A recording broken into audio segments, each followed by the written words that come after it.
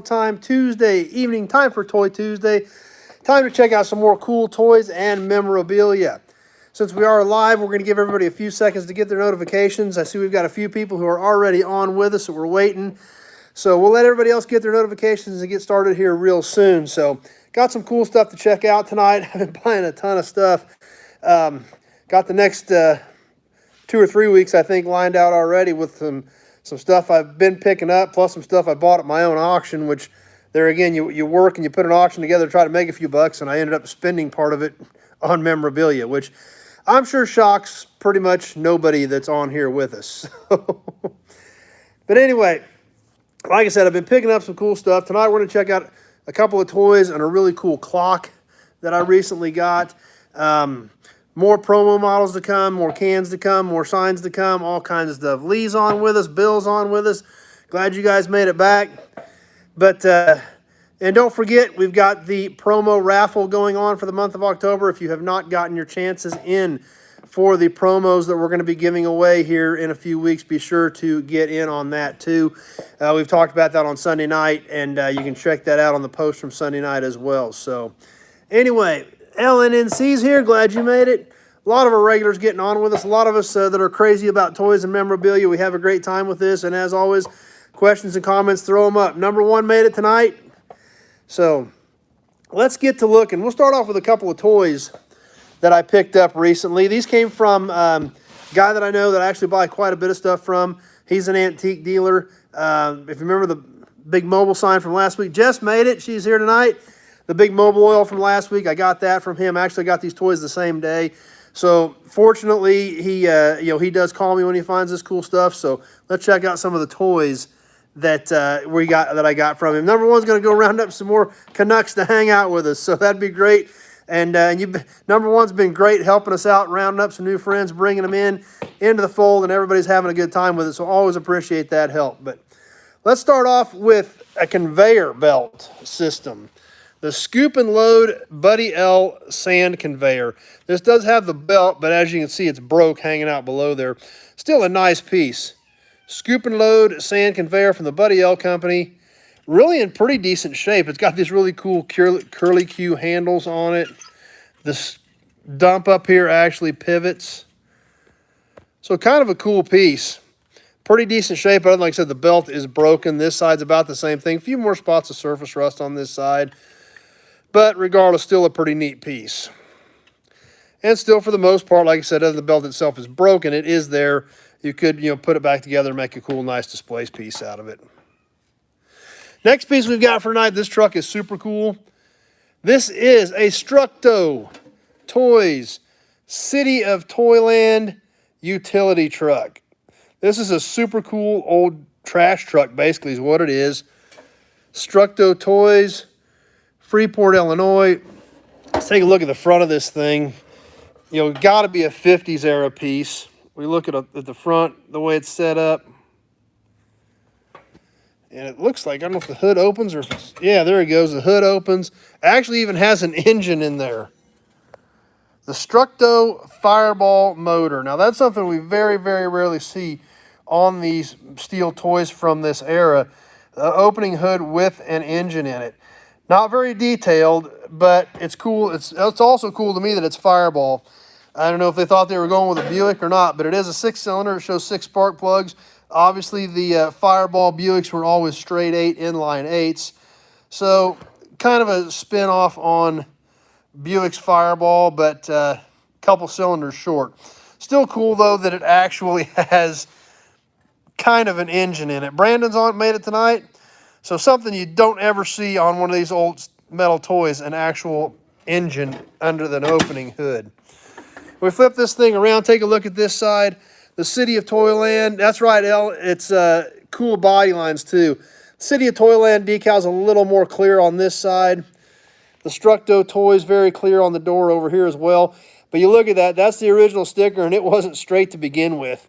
They just kind of literally slapped her on there. We look at this front tire and wheel. We can see this is original tires and wheels as well. Jim remembers these around 1954, and I bet that's probably pretty close, Jim. I bet you're probably right in the ballpark on that, from what I'm guessing. Now, it's a neat piece, but let's see what it does. It actually cranks up with this handle, kind of catches and snags, so we'll crank that up. This opens, and you got to kind of help it a little bit, but it actually, D-Man made it. Glad you made it tonight, D-Man. This thing actually cranks up here to dump. Has a caution sticker on it, but it actually was made to dump just like you were scooping trash. Jess digs it too. I thought it was a great piece. I was really excited about it. We got another caution sign over here on the side. Be sure bucket is raised in raised position before dumping, operating dumping mechanism. Number one, if only you had a can of grease around to lube the mechanism. That's true.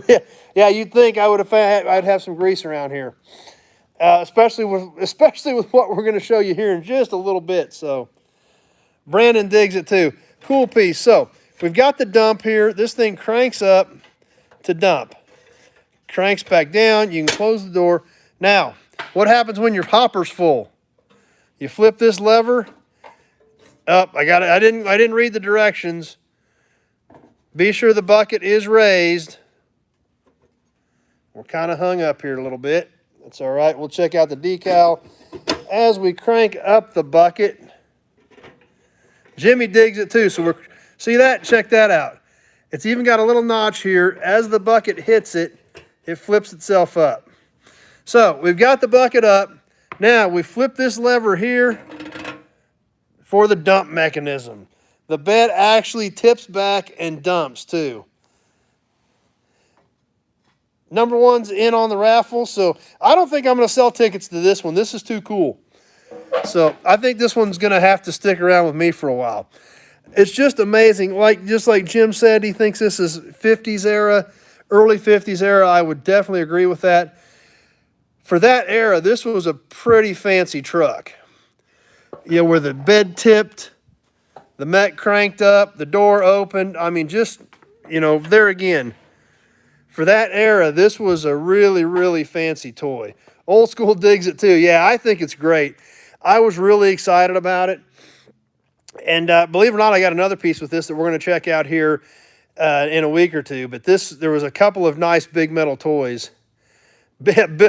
Bill's excited about it. Nice job, nice work. Yeah, I was pretty excited about this thing. We put her back down, cranked the bucket back down, and there she is. So, you know, even just like these body lines here behind the wheels, there's no reason for them to be there.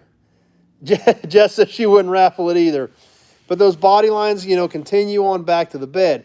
That's just strictly style, you know. But back in the 50s, that's what drove a lot of this stuff, was the style. There was no need for that. It just made it look cool and it made it look clean. Same thing up front.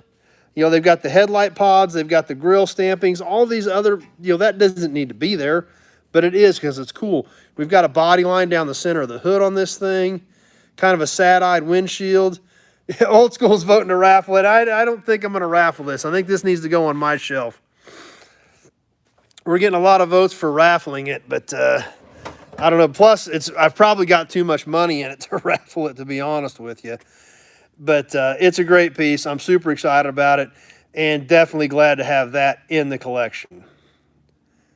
Next thing we're going to check out tonight, super cool clock. I picked this up at my auction. It showed up. It was a consignment to the F&E Collector Auto Auction. I also do have some soda stuff, which is always cool. You know, we could even peek up there. We've got a 7-Up sign, things like that. So Lee digs the truck too. So soda stuff is always cool. And this is a great clock. Bill's voting for me to keep it. So I got at least a couple people on my side. But here's the clock that I picked up. I love this thing, Nu-Grape soda. I've actually got this Nu-Grape sign, a porcelain one, with blue or purple lettering, but it's the exact same shape with a yellow background. This is a beautiful clock. It's got one chip in the glass, clear up here in the corner, or one crack. It's actually not a chip. This is a beveled glass. I don't know if you got, there we can see. We can kind of see with the truck in the background, we can see the beveling on the glass of this clock. Quality imitation grape flavor in the Nu-Grape soda. Had the bottle, even had Nu-Grape on the bottle cap. That's right, old school. The crack adds a little character. So if we kind of look down here in the bottom, Nu-Grape, Sweetheart Products, Elwood, Indiana, on the face. And I believe it said that on the side as well. If we flip over here, we've got the knob on this side to set it. We can turn the knob just like soda memorabilia as well. Yeah, that's great stuff. So, let's see. We can still set it. The knob still does work for adjusting. The clock does run. It does not light up, though, but it does still work and run. Now, if we flip this up and check out this side of it, we see the Sweetheart label on the side of it from Elwood, Indiana. Still has the cord coming out of it. Flip up on the back, original can, scuffs, scratches, kind of what you would expect on something that's, probably 50 years old, 60 years old. So, super cool piece. That's right, Brandon, a broken clock is always right twice a day. Well, this one does still run. It just doesn't have, the light just doesn't work in it. So, we had it plugged in at the auction. It was sitting there ticking away. So, cool piece. Like I said, definitely a fan of soda stuff as well. And it's always neat stuff to add to the collection. It kind of goes right in line with a lot of this car stuff that we do. Every service station obviously also had soda memorabilia in it as well. So it goes right along the lines of with a lot of what we do. So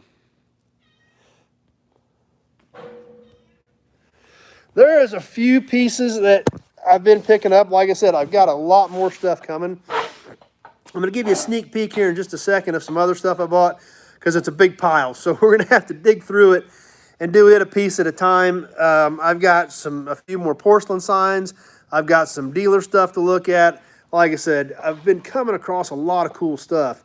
And, when that happens, you kind of got to buy it, right? So at least that's kind of how I see it. But that's why I've gotten so much stuff that I don't know what to do with, because I fill in all my walls. And I enjoy it, though. It's fun. It's a great collection, and that's why we're all here, because we like it. That's what we like to do. It goes right along with our hobby, and it's fun, and it's enjoyable. So some of the other stuff, I'm going to flip the phone around one more time and show you something real quick of what's coming up. I picked this batch up yesterday. Hiding behind our dump truck, a whole new batch of cans. Right there next to the Mobil Oil sign from last week. All these cans, like 40 cans that I just picked up that we're going to start going through. Some of these have, there's a bunch of little cans down in some of the big cans. So, number one says NHL season starts tonight. I wouldn't know that. I don't follow that much of that. So, all these cans, tons of super cool cans, little cans, big cans, all kinds of stuff to check out there. Lots of stuff going on. Are those bombs hanging in the rafters? Well, as a matter of fact, those are bombs. Those are practice bombs. One of them, I believe, is World War II era. One of them is Vietnam era. But, yeah, those are bombs. That's old school, doesn't care about sports, too political. I would have a tendency to agree with some of that. But, yep, those are bombs, because everybody needs a few bombs in their shop, right? I mean, that's kind of how I see it. The cafe sign we talked about a little bit last week. But, yep, I do have a couple of practice bombs hanging in the shop. Don't know if it's really necessary to have bombs in the shop, but I like having bombs in the shop. It's pretty funny. Al likes them too. So, old school is entertainment, comes from watching videos like this. So, thanks, old school. I'm glad you guys are enjoying it. But actually, it was kind of a real quick, funny story. The blue bomb is Vietnam era. I actually found it here in town at an antique shop. And a buddy of mine had a shop right around the corner when I bought it. And I went by and I seen some trucks there, so I knew they were there. And so I grabbed the bomb, because it's just an empty plastic practice bomb. Excuse me. It is a steel case. It is an empty practice bomb. I walked into his shop, and I kicked the door open and announced that nobody better make me mad as I'm walking in with a bomb. So it was pretty funny. Everybody got a good laugh out of it. I brought it home, hung it from the rafters with the other one, and I like them. I think they're neat pieces. Number one says never took old school for a quitter. But I do actually, like we've talked about before, the one, if there's something I love as much as cars and trucks, it's airplanes. And I got a lot of World War II aviation stuff. And that's kind of, where the bombs came in, was with a lot of my World War II aviation collection that I've got propellers and memorabilia and plane parts and things like that. So, if there's any interest in any of that stuff, we can always start bringing some of that stuff out on Toy Tuesdays as well. Not necessarily automotive or gas and oil, but, if anybody's interested in planes and World War II stuff, I got a lot of that too that we can check out sometime if there's any interest in it. But I dig it, but that doesn't mean everybody else does. So that's kind of the story behind how I ended up with bombs hanging from the rafters in my shop. So anyway, that's kind of what I've got for you guys tonight. Obviously, like I just showed you, just from the pile of cans, not counting, I picked up a few signs at the F&E Collector Auto Auction we need to check out. Still haven't even gotten through all the promos. Jim says Toy Tuesday could become a daily show. I don't know about that. Al, oh great. Al hit me with another super chat. That's awesome. There again, I can't believe you guys support this that much. The super chats are great. I sure don't expect them, but when you guys hit me with a super chat, it's so awesome. And Al's been great about it. And it's just super cool that you guys think enough of what I'm trying to do, and the fun that we have on here, that some of you guys hit me with super chats, and that's great too. But that's what it's about. It's about having fun. It's about enjoying this stuff. And I don't think I could squeeze one in every night, but I do have a lot of stuff that we've never even looked at. Right up there, you can't really see, but back there under the cafe sign and behind, number one, hope to see you and the daughter Sunday.